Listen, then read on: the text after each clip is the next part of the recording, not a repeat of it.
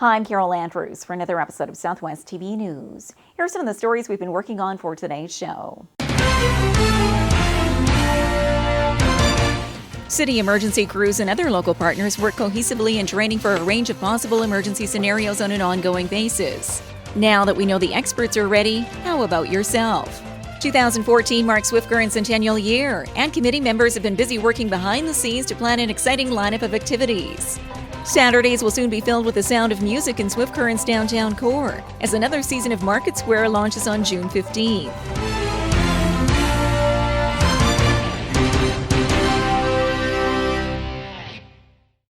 Thanks for joining us here today. This is Emergency Preparedness Week across Canada, and officials are reminding you to be prepared for the worst-case scenario. We have more in today's top story. City emergency crews and other local partners work cohesively in training for a range of possible emergency scenarios on an ongoing basis. Now that we know the experts are ready, how about yourself? If an emergency struck your community, would you be prepared to sustain yourself for at least 72 hours? Active weather or emergency situations can strike at any moment, and during National Emergency Planning Week, emergency officials are reminding you to be prepared for the worst-case scenario. Having enough food, water, medication, and even cash can make a difference if there's a power failure for an extended period of time. Typical person, when they look in their wallet, they see all these fancy cards here. There's no money. The cards need electricity.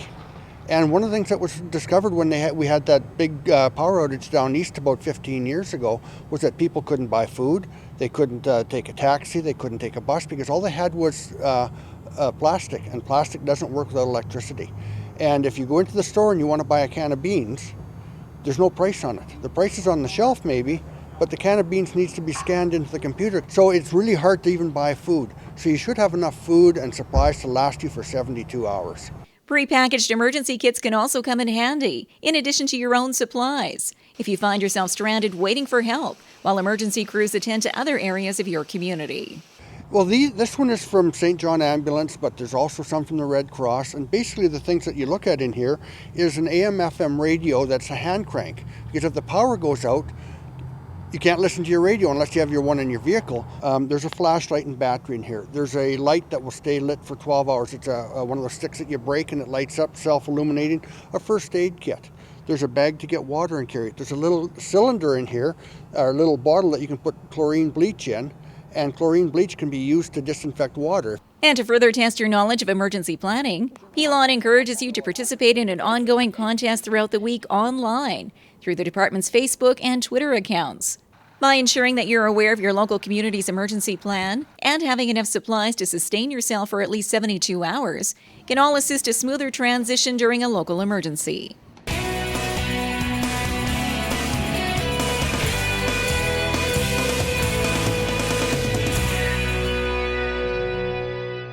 Trust the team at Pinnacle Financial to help you reach your financial goals. Whether you require personal or corporate income tax planning, bookkeeping, management consulting, or full-service mortgage brokering, our expert team has you covered. Contact us today to begin your climb to the top.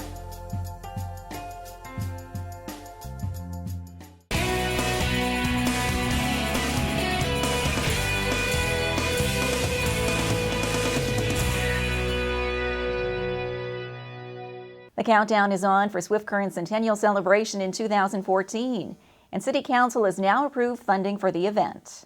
2014 marks Swift Current Centennial year, and committee members have been busy working behind the scenes to plan an exciting lineup of activities. 3 key events will mark Swift Current's past, present, and future, commencing with a pageant on January 15th at the iPlex, which is being described as similar to that of the opening ceremonies of the Olympics. There'll be dancing, we'll have 2 or 3 different stages perhaps, multimedia screens. It's going to be quite a show. So we're looking forward to putting it all together.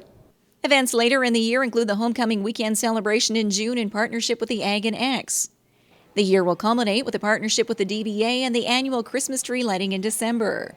A year's worth of celebration, which City Council has approved to the allotment of just over $222,000 for expenses. We have to think about communication which is expensive. And we have to think about, putting on that pageant and renting all the things that we need to do that. It does take a lot of money to put on these kind of events, and but as the mayor said tonight, it only happens once every 100 years, and so we want to make it very, very memorable.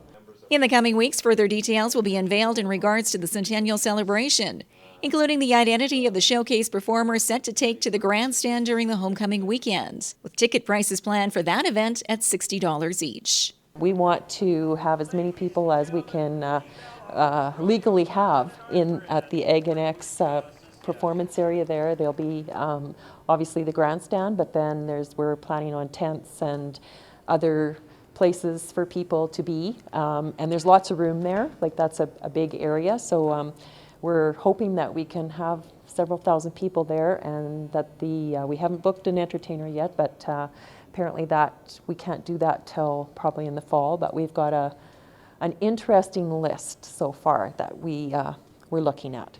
More information on Swift Current Centennial, including registration and commemorative postcards, are all available online.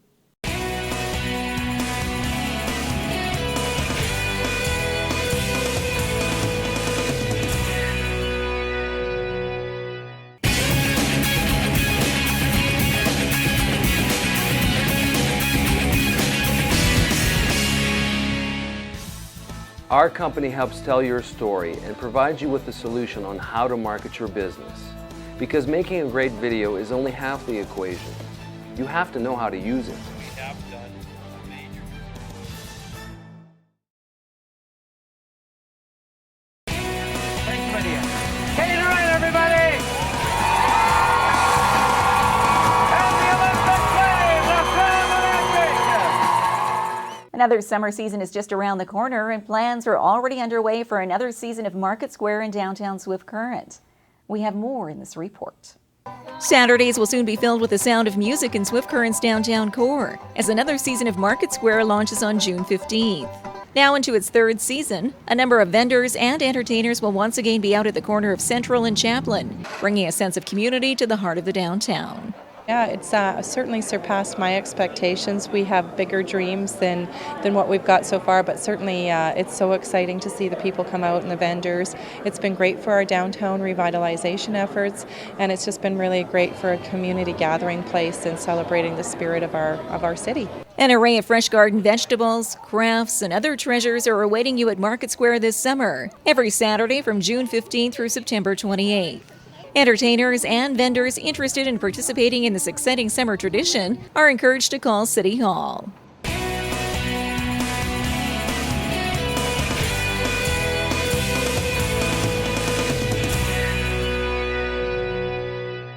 Well, this brings to a close another episode of Southwest TV News, reporting the stories that matter to you.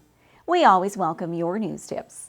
You can always reach us here by phone at our studio or by email to contact us at southwesttvnews.com. Also, be sure to join us daily online for the latest news from across Southwest Saskatchewan and so much more at mylocaltv.ca. And be sure to follow us on Twitter and Facebook. Thanks for joining us here today. I'm Carol Andrews.